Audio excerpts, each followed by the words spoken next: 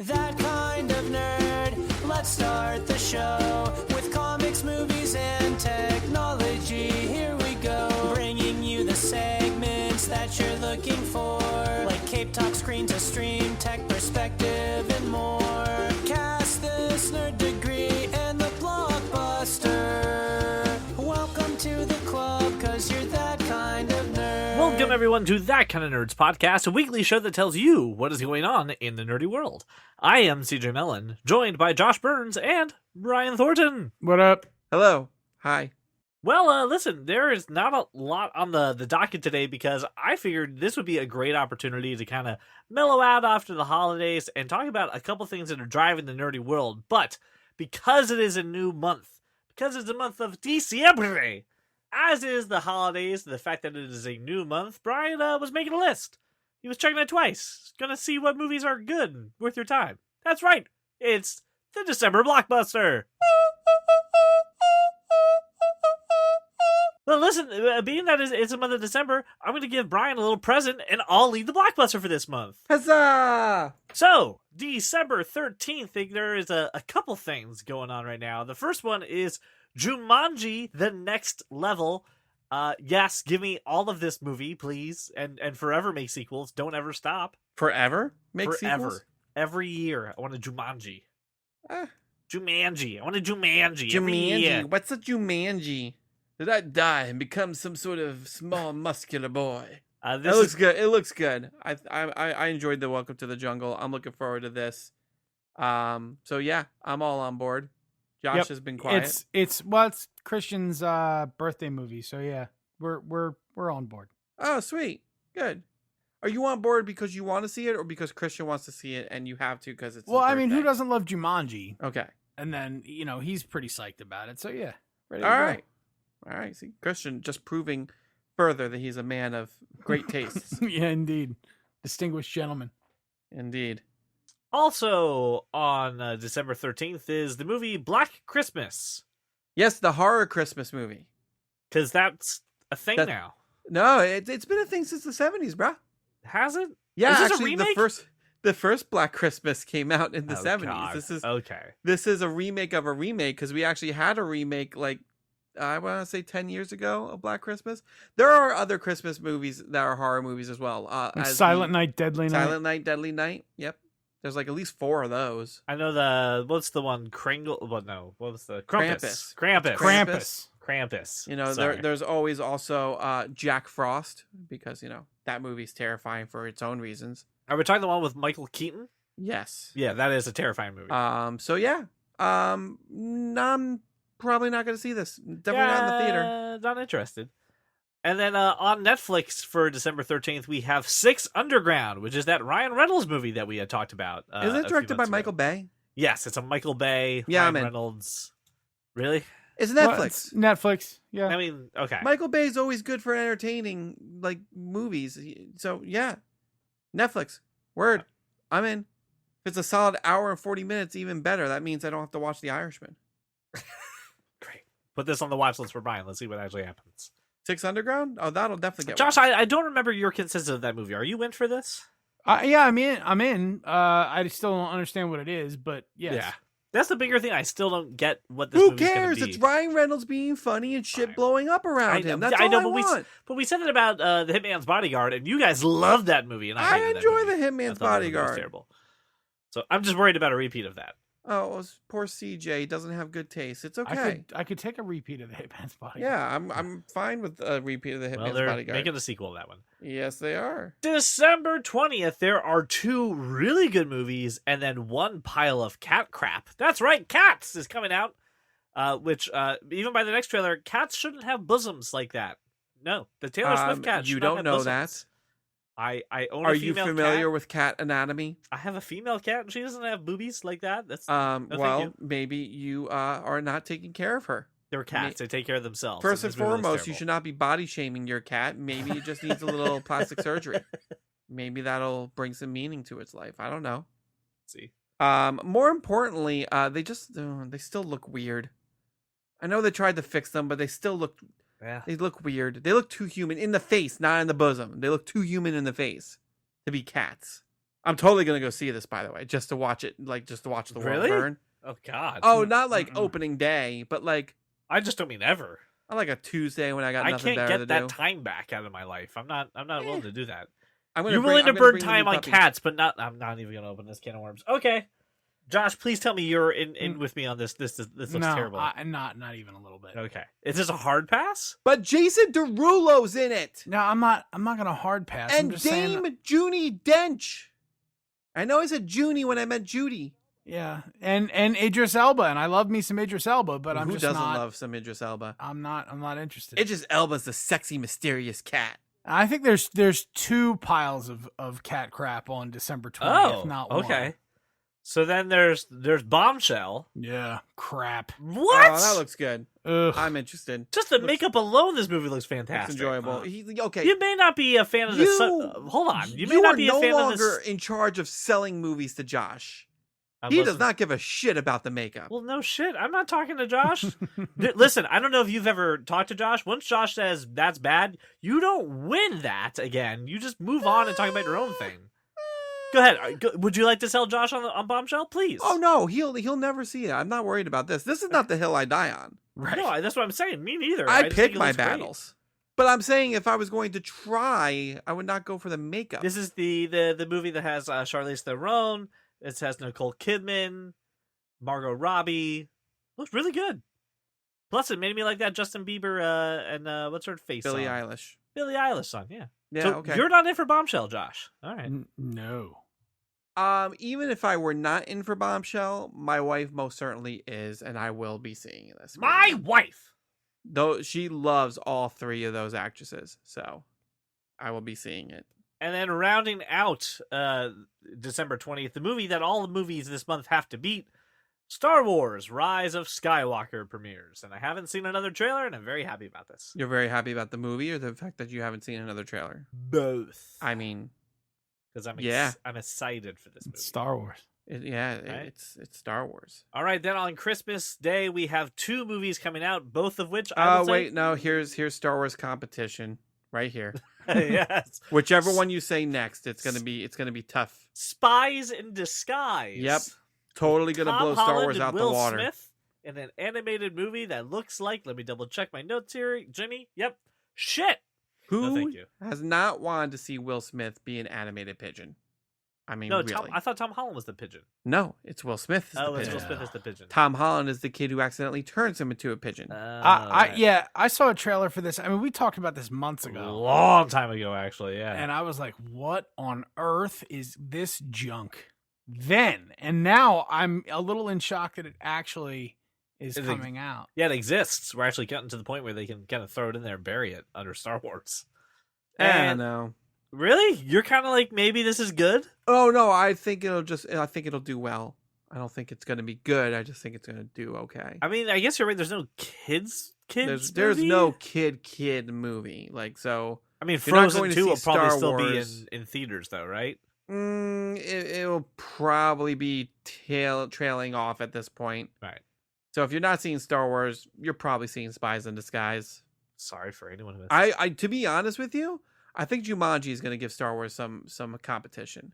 Some, but Jumanji did insanely well. with Oh, Welcome yes, to the I'm just Jungle. saying Yeah, but Jumanji's it's weeks earlier. That's what I'm it's saying. it's 1 week. It's only going 1 to week. clean up for its week and then be number 2 the next week, and then it won't even matter because Star Wars will have basically the number 1 and number 2 spot. You know, it'll have just so much money. I'm there with you. Finally, December ends with Little Women, which is like the 3rd or 2nd remake of this movie. It's a very nice tale, but I'll never see this movie. That's not how that phrase works. You go second and then third, but it's the third. Yeah, well, you just let it happen. No, Yeah. no. Okay. Little Women. So I like Greta Gerwig, who I guess wrote the screenplay and directed this, and it's like her, I don't know, maybe 3rd or 4th thing that she directed. I like it on paper. I have zero motivation to go. No, see it. yeah, I'm not gonna see it. I'm just saying, like, it's a good cast, and I like Greta Gerwig, so okay. Huzzah! Hugbees. All right, and if there was any doubt, Star Wars. We're all gonna see Star Wars this month. That's your movie. Yay! We're gonna talk about Star Wars. No, I want to talk about Spies in Disguise. I'm gonna hit you with a 2x4. That's how we talk about Spies in Disguise. That sounds fun. Well, listen, now that we're done with the blockbuster, this is normally when I say we talk about the world of comics, see what's affecting TV, see what's affecting movies, but we're not doing that this week. Rather, I decided to focus on two huge topics that are taking over the nerdy world that we haven't been talking about, and kind of dedicate some time to them, and that is Watchmen on HBO and The Mandalorian, chapters 1 through 4. So if you are not up to date on these shows, you need to get on your HBOs, you need to get on your Disney Pluses, you need to go watch them because they're phenomenal. I'm not up to date on Watchmen. We have well, that's okay. You're as up to date as I would expect someone to be. One episode behind is fine. Look at you, not. Brian. So I'm up to date on both of these shows. Don't fucking look at me. We had previously discussed a little bit of Watchmen. Where did we leave off with this show? Left off at episode 3. Episode 3. Great. So we've got 2 episodes to talk about today. We have 3 episodes to talk about. Yes, but Josh hasn't. No, episode 3, 4, and 5. Episode 4 and episode 5. Oh, all right, cool. Get your shit together, CJ. My B. I have 4 episodes to talk about. Well, why don't you start us off, Brian? Obviously, we're not ready to talk about the latest episode that just came out for you, listener, because we're recording this on Friday and we didn't watch it yet. I legitimately need you to. I just watched the 6th one. All I'm thinking about is the 6th episode. I need you to start. So in episode 3 of the show, we got a major character revealed, and Silk Spectre, Lori Blake, shows up from the FBI's anti-vigilante task force to investigate Judd's murder. And let me tell you, man, this episode was really interesting because my wife didn't put together thank you, that she was a Silver Spectre for a while until they explicitly told it out. So, I mean, did you guys just know it right away based off the name? She was also Silk Spectre. Silk Spectre. I don't know who Silver Spectre is. That's not a person. Nope. No, it is not. Yeah, I knew who she was right away. It took me like 10 seconds, but I was on board. I really like the fact that they made her anti-vigilante FBI badass.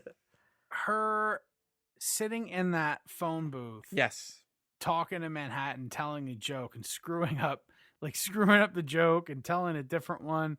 But she didn't actually screw it up. It was that was part of the bigger joke. She screwed up one joke and told a different joke. No. The kid throwing the brick. To that different joke, correct, calls back to the original joke. Okay. It was all part of the. It was all intentional. One big joke. Correct. Gotcha. Either way, showing that the comedian is clearly her father.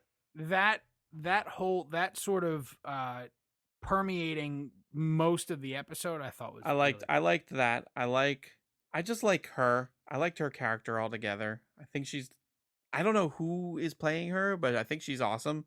Yeah. As Lori. She's been in a ton of stuff. I know. She's one of those faces. Like, I know her, but I can't recall her name. The other part too was, when we first talked about the show, I said, "Why do tomatoes grow on trees?" And you're all like, "Who cares? What the hell is going on with this?" To which I said, "No, that's a big part." And then we finally see that Ozymandias is testing out spacesuits on his Phillips clones, as he's trying to even fight off what a character that's introduced called the Game Warden, to which raising more suspicions to me that he is somewhere where he's not supposed to be. And why are you testing out spacesuits? Like clearly, something was amok. Only to find out later on that he is on Europa, the moon of Saturn. You talk about Jupiter? the tomatoes like they were some sort of big clue that the fact that he was on Europa. He was clearly not on Earth. You guys were like, well, clearly genetic modification. No, I knew he wasn't on Earth. He was on somewhere else. Really? You said those words? Can you roll back that tape? I don't think I said he's on another planet. planet. No, because you didn't. You had no fracking idea. No, I had an idea. No. You guys shot me down. No, you had an idea. Genetic manipulation. I don't think you had an idea at the same time. We all had the idea when we saw the spacesuits. Tomato had nothing to do with it. Tomato had something to do with it before the spacesuits I was waiting for. No, it doesn't. That's fine. I still feel vindicated in my... You go ahead and you feel however you want to feel. It has nothing to do with the fact that he was on Europa. Tomatoes don't grow on the moon anyway. I missed the whole Europa thing completely. You missed that Saturn was right behind him? Later I on, missed it too. CJ had to point it out to me. Oh, really? Okay. Yeah, honestly, I'm watching this show and I like it, but I have no fucking idea what's happening. Yeah, so after he flings the Phillips clones right through his... I understand. He's I get that he's trying to escape, right? And there's some sort of interdimensional whatever Fine, I get all of that. I didn't know it was Europa. And then just in general, I have no idea what the fuck is and I understand that things will probably be tied together. The 6th episode explains a lot. Fine. I'm just like I'm completely and the 6th episode doesn't explain shit. It totally does explain a lot. The crazy weird Asian chick in episode 4. Oh yeah. She's creepy. Who can create life is very strange, and her daughter's True, totally right? a clone, by the way.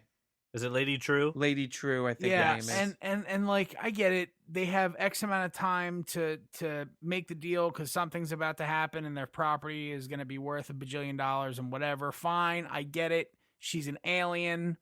Okay, this is it's all. Is she an alien? Is that Isn't she an alien? I think she's. I think she's an alien. That's a really great theory. Holy crap! I mean, that's the only thing I got from her was that she's an alien. Lady True says that she promised her mother that she would never leave Vietnam. Therefore, she literally takes Vietnam and takes it to Tulsa, right, and builds a dome around it. But yeah, Josh, you could just easily substitute Vietnam for alien planet, and this would be why she's light years ahead of even what Ozymandias was doing, because she even bought his company. Holy crap, Josh! I'm on board for this theory. I'm there. Here's the thing. You think she's the one who imprisoned him on Europa? I don't know. Maybe. Yes. I know it's not Dr. Manhattan. I don't know why, but I feel that in my bones. And how do we know that Louis Gossett Jr. isn't some sort of alien as well? The 6th episode. Okay, fair enough. I mean, it's just what I don't understand the watch over this boy part. I don't understand his role in everything. I don't understand the nostalgia pills. I don't understand. Here's the thing I'm liking about this show is that there's a lot to think about, a lot to do. However, it doesn't really keep you in total suspense or totally in the dark. It starts giving you some answers for the next episode. You know, its episode ends with, here's your teaser and a lot of questions. The next episode, okay, here are some answers. Like, it's not letting you sit there and stew trying to figure it out by yourself. You're giving... Lindelof must have learned something from Lost. Well, and he did the same thing with Leftovers, where he started answering some questions as well. I am finding the Ozymandias storyline the most interesting and puzzling for me because it just seems so out of whack. Like, he's pulling the baby clones, whatever, out of, like, a lake and going, no, that one's bad, and throwing it back in like it's fish. There's just a whole lake full of clones. And that's where he's getting these clones, and he puts them in a little machine, and they grow up rapidly. And he's like, all right, you're Phillips and Crookshanks. Carry on. I'm just like, what the fuck? What is this? Even if we're in a weird alien planet, what the fuck is that?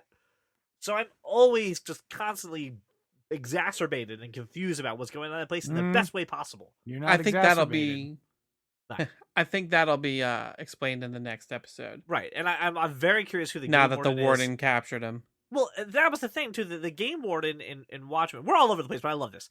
The game warden in Watchmen, I have a really crazy theory for, which I think I told Brian, and I wasn't laughed immediately out of the room, so I feel like it's half good, was that it's a clone or a younger version of Ozymandias that is there to keep the old guy in prison until he dies or whatever. And if he can serve out his sentence, then they will release the young Ozymandias back to Earth or wherever he belongs. So his clone is basically hoping to get more life out of keeping him there in his prison. The warden. Yes. Okay. Yeah, I wasn't totally crazy, so I didn't laugh at him. But now if you marry that with your alien theory for Madame True, I mean, maybe it's just an alien. Who knows?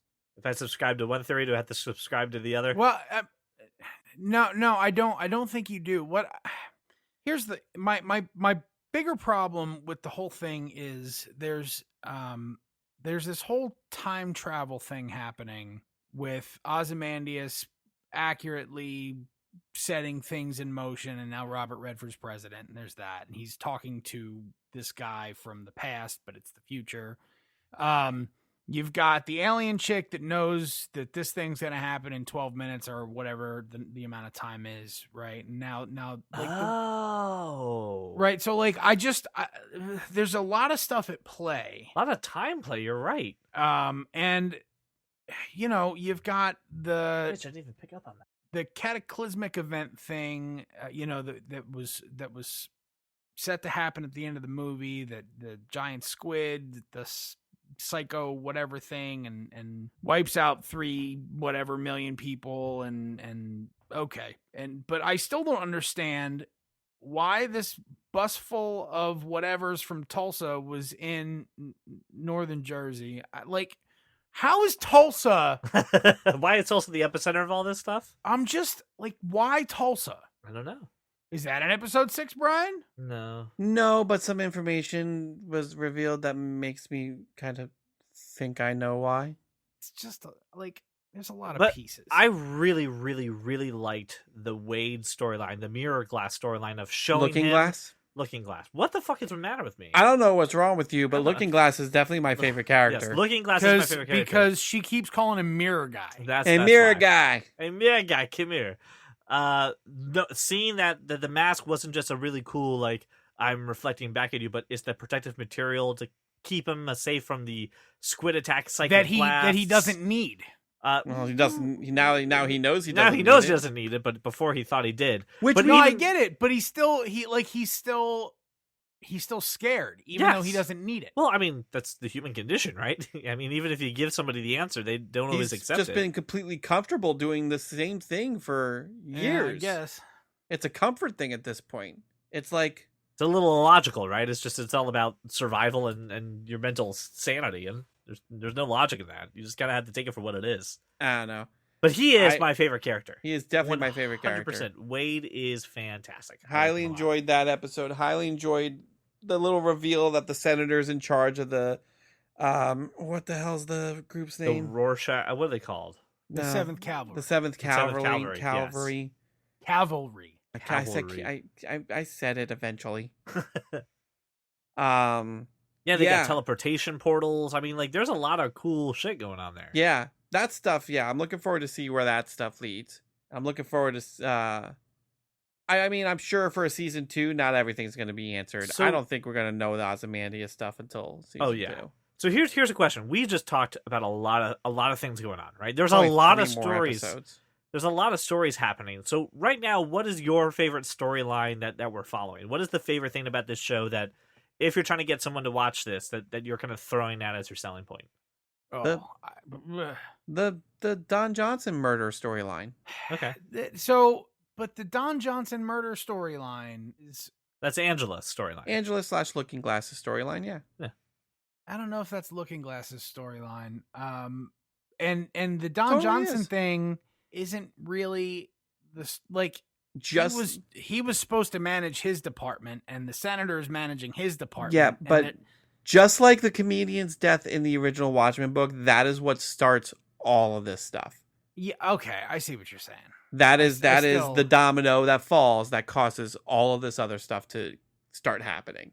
So yes, I'm most interested in that storyline because I know what happens in this storyline is going to affect the other 3 storylines, even though it doesn't seem like it right now. Okay. And that has nothing to do with the fact that I'm an episode ahead of you. That's truly how I feel. And that's what I like that episode. I think that's a very astute observation, Brian, that's the storyline that affects all the other storylines. I myself, as I already said, I'm really interested in the Ozymandias storyline, which now, Josh, I think brings in the Lady True stuff. So I think I need to go back and watch more of the Lady True and kind of pick up on that one. I think those storylines are connected in a really interesting way that maybe it's not really available to the viewers yet. And I'm very curious to see how those two things connect. But you're right, Brian. They all tie into, at some point, Angela's going to interact with everybody. She seems to be the linchpin of this series. This show is really well executed. I mean, seriously, everything about this has been really great. There hasn't been an episode that I've been disgruntled with or said, well, what was that about? Everything looks like it's extremely well thought out. And I know when we were talking about this series, we had there was some reservation about what they were going to do. So, I mean, Brian, you were one of those people who had a big fear, a big worry. We're now 6 episodes in. How you feeling? Good. I think I said last time we talked about this show how impressed I was and how happy I was. I am still impressed and happy. Same level. Nothing has dissuaded me or engaged me more. Okay. Does that make sense? Sure. Does that answer your question? Yes. So this series is very captivating, very interesting. I would love to hear what you have to say about Listenerd. Go ahead and hit us up on That Kind of Nerd on Twitter, Facebook, or Instagram. Tell us what you feel about the show because it's pretty awesome. Now, it is time to talk about one of the best reasons to go ahead and sign up for Disney Plus. And I'm not talking about the nostalgic 90s X-Men and Spider-Man cartoons. I'm talking about the original series, The Mandalorian. Because holy crap, I am in absolute love with the show. This is fantastic. We're going to be talking about chapters 1 through 4. Well, 2 through 4. We already talked about. Oh, we did type 1. All right, great. Well, that's right. Anyway, you have spoken, Brian. I apologize. I have spoken. So 2 through 4. Baby Yoda is even more cute. Oh, I didn't see 4 yet. That came out today. When was I going to watch that? I don't know. I watched it. We watched it. I don't watch it. You guys All right, can go. You guys can go on. I just won't listen. I won't. I won't. No. I'm We'll good. do 2 through 3. It's fine. No, it's fine. No, It just came out today. it's fine because I mean, nothing Alderaan shattering happened. You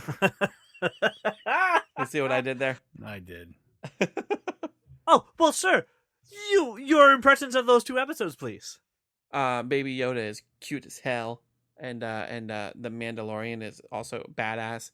And by the end of episode 3, it's become Lone Wolf and Cub plus John Wick 3, and I love it. I found oh god, I hope I have it in the show notes. I found an article that really summarized this really well, and that The Mandalorian is basically a video game. I know that's probably why I like it so much. And you know what? Like every time I'm watching the show, I'm 100. Like I buy into this 100% more. So it starts off with armor crafting, right? You've got to go ahead. You got to upgrade your armor, right?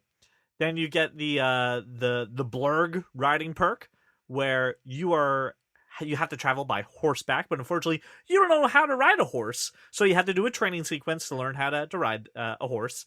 Then you have to defend a door against a wave of enemies with only one person helping you, unless you hop on a goddamn laser turret, and then you go ahead and just blast everybody out. Turret. That works too. I can't talk today. I think we've figured this out. You got to perform some self-healing after a major mission, get yourself in tip-top shape. Then you have a sniper mission. You have to climb a wall. But then the tragedy falls you, where all your cool upgrades, all your dope shit that you've spent the last hour learning about is taken away from you and have to start from scratch. Then you got to do a fetch, you get a boss fight, and then you escort somebody around. It's pretty awesome. I'm really enjoying the show. It's every episode is a joy, and my wife was so angry when there was the possibility that he was going to leave Baby Yoda with the guys from the Empire. She was like, he better not. I'm going to be so mad if he actually leaves Baby Yoda. Don't get on that ship. Don't you do it. He's turning it on. I'm going to turn off the show. And then he, of course, turned on and went and saved that little cute, adorable Baby Yoda. The little guy needed a nap after using the Force. He did leave. He napped for like a day. Poor little guy. So took it out. Anyway. Josh, yes, I made the video game fantastic. analogy. I'm not sure that rings for you. So, I mean, for the non-gamers at all, I mean, what are you thinking about, these couple episodes? They're incredibly predictable. Really? That's okay. It's Star Wars. I guess. It's kind of meant to be predictable. Yeah, I mean, it's okay. There's nothing that I'm going, oh, this is awesome. There's absolutely no part of the show where I'm like, oh, this is so great. Yeah, you're not the first person I've heard say that. And Right. you're all wrong, and that's okay. Yeah, okay. No, I mean, I think. What were you expecting? I guess that's my question. Were you expecting anything? Did you have like a bar? No, set? I didn't have any expectations. It's all right. You know what I mean? Like I'm just not, because the people I've heard who feel that way were expecting something more for some reason, when Star Wars has never been more than essentially built for 12 and 13-year-olds. I mean, that's what this show is, and I'm on board for it. I think it's a lot of fun. I guess I was expecting, if I was expecting anything, I was expecting something on par with the other stories that aren't Star Wars movies, and in like what? Like Solo or Rogue One, you know what I mean? Like I was expecting something like that. And you mean not a saga? And that's pretty much what we get. It's something like that. Okay. So you're getting exactly what you expected. You just didn't expect much. That's right. Okay. I know a lot of people too who at first weren't bought into the Mandalorian. They were expecting like a Boba Fett story where it's one guy just taking a bunch out of, just going into a place, wreaking havoc, collecting bounties, and the fact that they have, that he has the child, right? He's got this baby Yoda, is really kind of changing the dynamic that they thought it would be, where it went from less bang bang shoot 'em up to more protecting and kind of like the hawk and dove or hawk and chick joke that we made earlier, that it's got more of that to it, and people were expecting a more fast-paced, action-based series. Does this thing have a name yet? It's still just the child. It's still Baby Yoda. But it's not. I wish we knew the name of the species so we could call it that. But all the subtitles, all the actual plot for it just referred to it as the child.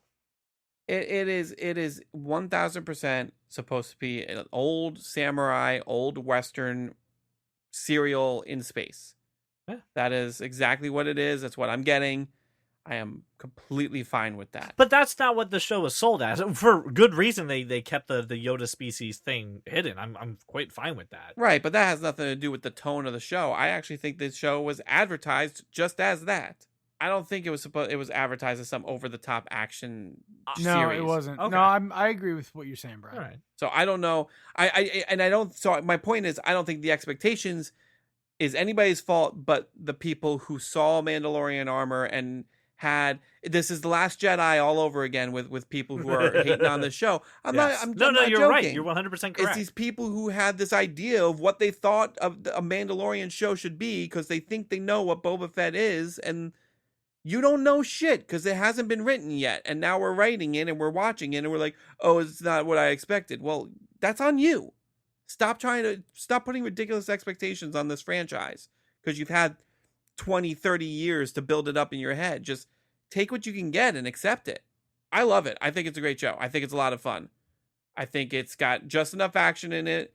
And I think it's completely a solid story with a lot of very predictable but very welcome elements. It is pulling from a lot of classic cinema, classic samurai stories, classic Western stories, which was inspired by samurai stories, so they're the same. So I mean, I'm completely on board for that. I love that kind of stuff growing up. And now. So anyway, I think Pedro Pascal's doing a very good job for this character, right? Because he's actually conveying a lot with his voice, and yeah, it's digitally changed a little bit to sound like he's coming through a speaker. You don't get to see his face, and he's doing a really good job with it. My favorite observation that I'm noticing is he's not as badass as I thought he would be. He's a fallible hero. No, he gets his ass kicked several times. Several times. He keeps trying to use that flamethrower brace, and it never works. First off, he goes to that way too quickly. Way too much, yes. And secondly, like the other thing, speaking of expectations, like I hope everybody really remembers Boba Fett because he got his freaking ass handed to him before dying too. Correct. He was not some sort of badass. Everybody made him out to be a badass, and then like the expanded universe stuff didn't help with him. But Jango Fett was a badass. Prequel stuff didn't help either. Prequel stuff didn't help either. But if you watch those in freaking, he gets hired to do a job. He can't do the job. No, he can't even kill Han Solo. Do it. He gets his freaking. He gets verbally abused by Darth Vader. Darth Vader does the job for him. Yep. Gives him Han Solo, and then he loses Han Solo and gets kicked into a Sarlacc pit. He is not that much of a badass. He's not. He gets kicked accidentally into a Sarlacc pit by a blind Han Solo. He's really not that great. I like this Mandalorian better than Boba Fett. And it's a very astute observation there, Brian. I've never heard it broken down like that. That is the story of Boba Fett. Yeah. In a nutshell. Well, but what's great though is that they are kind of fixing that a little bit when he went to the Mandalorian clan group tribe. Yeah. Went to the Mandalorian tribe, and you saw the other people. You saw the guy in the berserker armor. You met the woman who's in charge of the armory, and then when they all come out all at once and start kicking ass in that city when he's kind of getting cornered, you're like, yes, all right. This is what I thought about when I heard Mandalorians, was badass guys who are just ready to go ahead and just unleash havoc, and you don't double cross them or they'll fuck you up. Really good. I've enjoyed it. And then I can't wait for him to get the jetpack. So I got to get me one of them. There's more for him to unlock in the video game references there. But I really think there is a lot more than meets the eye for the episodes that are coming up. Obviously, we want some answers, but here's the thing: this is really kind of a limited thing. There's only 8 episodes, so we're halfway through already. Are really we? 8? That's it. It's only 8. Right. My bigger question is how we said with Watchmen we're going to be getting some answers, right? But I'm not getting a whole lot of answers out of this show, and that's okay. But I'm just curious, how much do you think is going to be answered? Answers for besides why do they want the kid? What happens to the guild? What happens to him in the guild now? Is it this like a John Wick situation where it's a TikTok absolutely Mr. a John Wick situation? Okay, and then how do you not in the guild anymore? Excommunicado. Yeah, how do you handle that now? How does he go through this? You kill everybody. Did you not see John Wick 3? I did. That's what he does. He kills everybody, and that's what this guy's gonna do. Like bounty hunters can get work outside the guild. That's Right. just an easier way for them to get work. Yeah, it's a freaking thing. It's a union hall. It's a union. It's a union they belong to. It's exactly Right. what it is.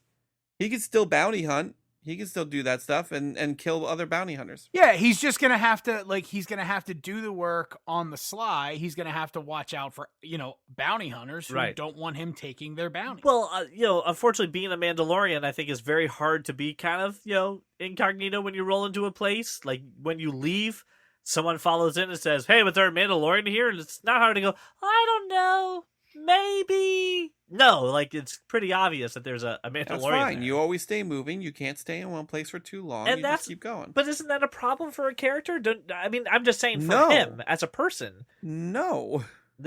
Okay. Not for him. He's got no attachments, no friends, no family. When he went to see Carl Weathers there in the last, not 3 but 2, or maybe the first one, he wanted to take all the bounties and just bounce around.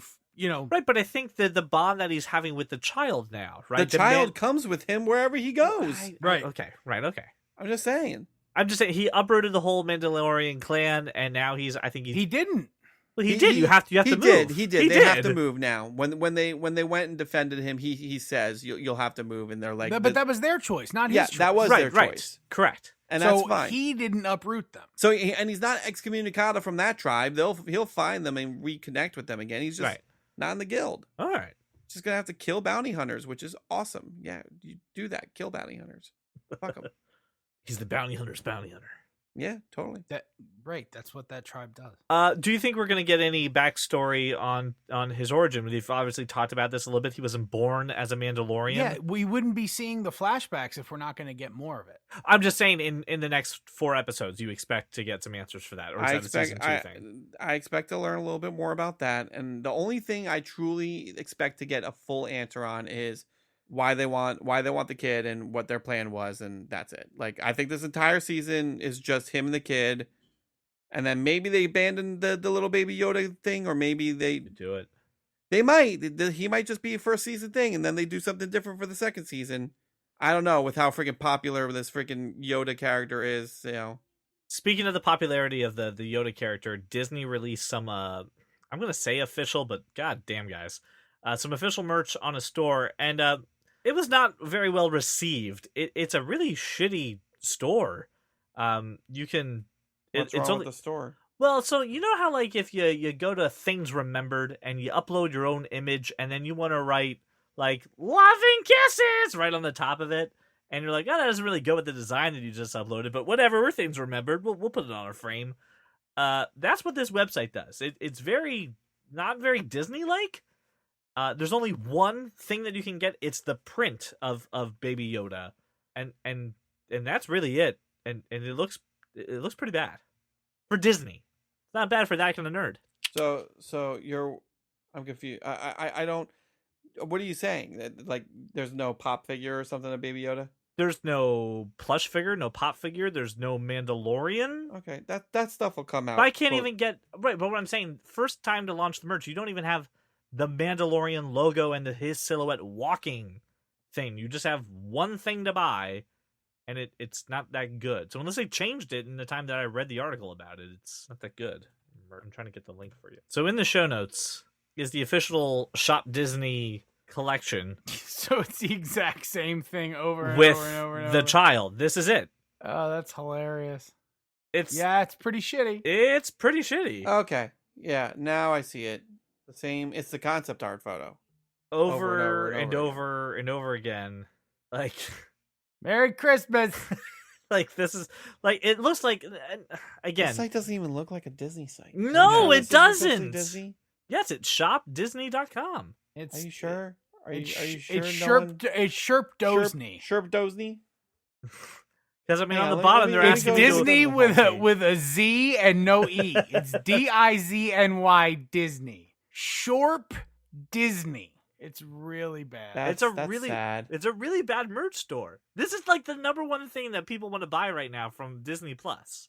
They're not offering Lady and the Tramp shit. They want this. I may they'll get the get Tumblr. it. They'll get it before Christmas. They'll get legit I shit want before a Christmas. plushy toy right now. I want it in my house. I want to cuddle it. I want to go. Oh, you baby. Go Yoda." to Etsy. No, I want an officially licensed Disney one. Well, then you'll pay 3 times as much as That's- you would on Etsy. That's fine. All right. Nobody cares. Nobody cares, CJ. Not true at all. Nobody cares. Well, listen, like I said, I figured we'd talk about the two biggest things in the nerdy world, and I want to hear all your thoughts, opinions, theories, and anything you want to tell us about these two shows. You know where to find us, but you can also text 484-373-4119. We'll read your text right here on the air. Thank you so much, listener, for making us your walk around your neighborhood or your drive to work. We'll talk to you next week. Well, welcome to the club, cause you are that kind of nerd. You just like the long pauses. Yeah, it's kind of my thing. Were you distracted by a dog or something? What the? I'm distracted by the noises of my wife playing with our new dog. I swear to God, if she gets him to play with that chew toy, I'm gonna be so mad. He already loves her more than me. Well, yeah. I mean, have you met you? Yeah, but he's a puppy. He's not supposed to know. Brian, like a scholar that he is, he got many leather-bound books. He looked at calendars. There was an almanac involved, and he put together the blockbuster for December. I'm very upset that you didn't go with the made a list and checked it twice metaphor. Oh, that would have been way better. Way better. Oh, can I redo? I mean, go for it. All right. Give me a second. I'll be right back. Is this going to be one of those things where he disappears from the podcast like I did last week? I got like 2 text messages being like, I was super confused, and then I realized that you had left, and then you were back in the stinger, and then I got confused again. I was like, I'm sorry. I was not feeling well. Is he like leaving? Is he gone? I don't know what he's doing. I never know what he's doing back there. He's the meatloaf. Oh, man.